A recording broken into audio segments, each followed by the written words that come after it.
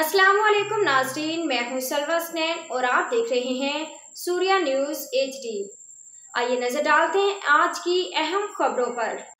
सांगड़ गांव गोड़ा खान खासगिली में कायम प्राइमरी स्कूल बुनियादी सहूलियात से महरूम। साबिक वज़ीर-ए-आज़म मोहम्मद खान जुनेजू के 5 नुकाती प्रोग्राम के तहत गांव घोड़ा खान खासगिली में वली मोहम्मद निजामानी के नाम से इकरा स्कूल कायम किया गया, जिसकी दोबारा मुरम्मत न हुई, जिसकी वजह से स्कूल की इमारत और 4 दीवारें खस्ता हाल है। स्कूल में पीने के पानी, फर्नीचर तक नहीं।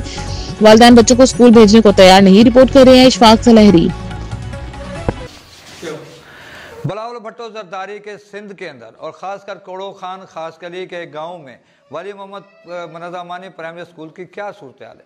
साबिक वज़ीर आज़म मोहम्मद खान जोनेजो के दौर में स्कूल की तमीर कराई गई, लेकिन तब से लेकर अब तक इस स्कूल को दोबारा यहाँ पर मरम्मत नहीं की गई, ना ही यहाँ पर SMC फंड्स फराहम किए जा रहे हैं।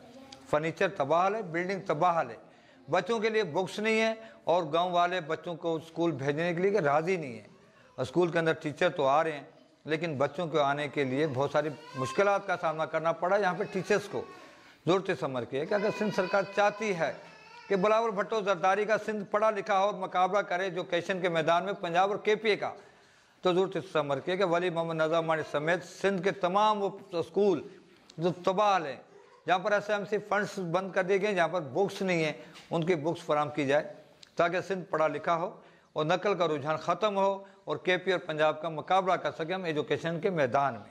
कैमरा टीम के साथ इशफाक सलहरी।